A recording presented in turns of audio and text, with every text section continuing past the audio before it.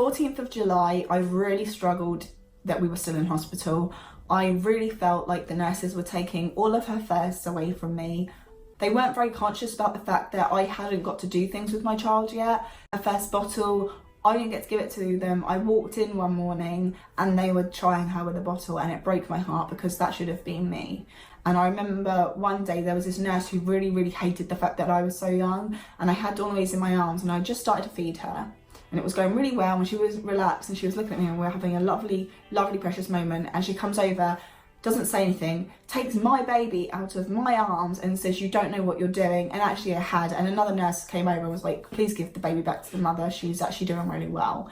And it's so annoying because I've been through so much at this point, and I'm still stuck in hospital, and I was 16, and I don't condone that, you know. I would have never planned to have had a child at 16, but I am learning. Like, I learned how to feed her by an NG tube, which I can do all that. I can hold a bottle. It broke my heart because that is how it felt. It felt like everyone was constantly wanting to take her away from me, and it was really hard because the whole 6 months that we were in hospital, I had people staring at me and judging me every single day when I'm just trying to make memories of my daughter, who may very well pass away the next day. So that same day, on the 14th, Dawn Louise was diagnosed with an infection and she was put in isolation. On the 21st of July, she had to have another echocardiogram on her heart. She had many of these, but this was the first one that we got to take her off the ward to do, which was really funny because she hadn't seen outside of the ward, and we got to take her down there ourselves and put her in a pushchair. It was a hospital one because obviously we weren't expecting to do that.